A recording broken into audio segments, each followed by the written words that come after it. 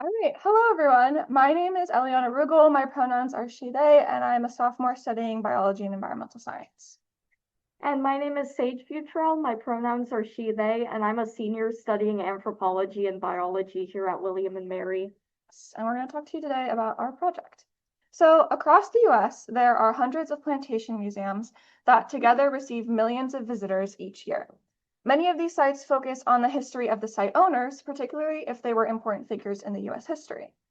But there is a growing movement to portray a more complete history, centering the experiences of those enslaved on these sites. Often, this is done through collaboration with and input from the descendants of those who were enslaved. This movement, however, is still new, and there remains a need for former plantation sites to engage in reparative efforts with local descendant communities impacted by slavery. Additionally, through this project, we hope to address the national lack of education opportunities related to Black foodways and agricultural innovations. The site of our research is one such former plantation site, James Monroe's Highland, which is located in Charlottesville, Virginia. As the name suggests, Highland is known as being the past estate of James Monroe, the fourth president of the US. However, that is just one part of the history.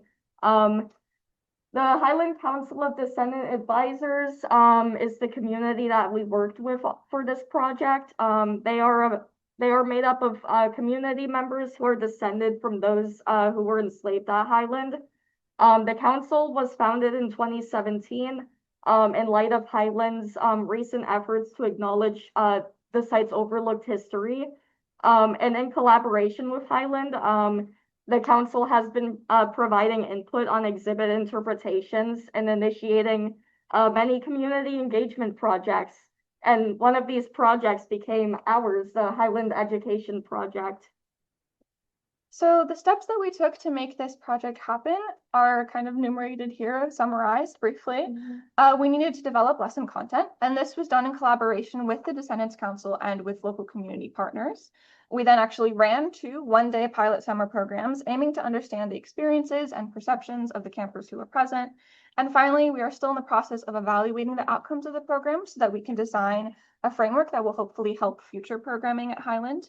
And descendant input is kind of put at the beginning of this process, but it's important throughout the whole process. So the main goal of the project was to, as envisioned by the Highland Council of Descendant Advisors, was to create a reparative educational experience for local youth.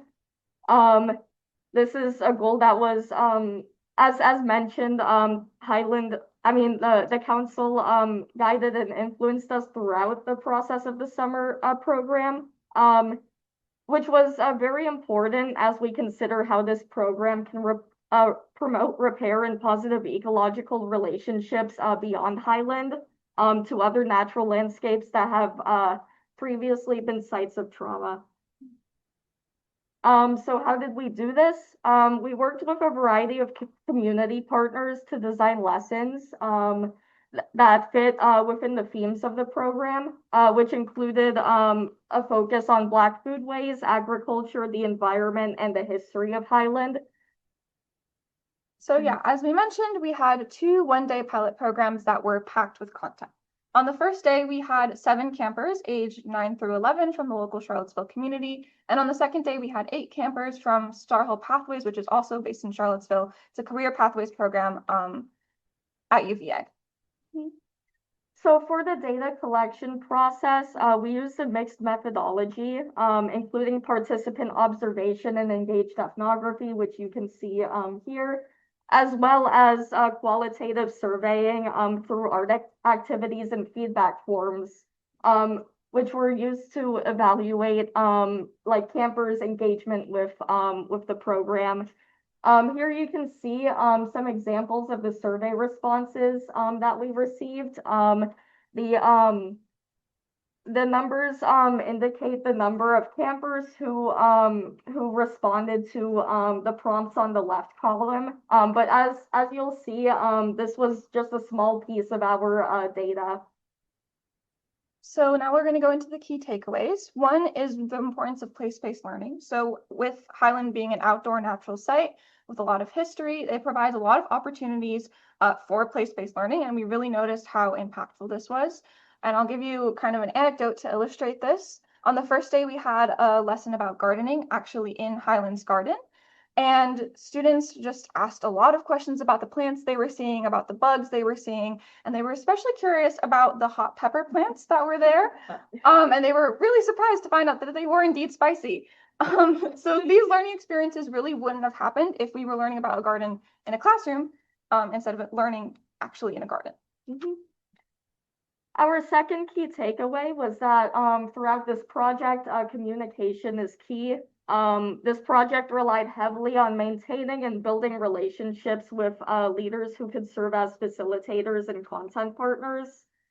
Pictured here are some of the partners who worked with us on both days of the pilot programming, including the Piedmont Master Gardeners on the left, and on the right is Natasha Crawford, who is the owner of Healing Hope Urban Gardens. Another big takeaway is that for collecting camper feedback, written surveys are not likely to engage them. In future programs, we will recommend alternative methods such as survey games, like putting stickers on what you agree on, or four corners. Our final key takeaway regarding the formatting of lessons is that balance is important.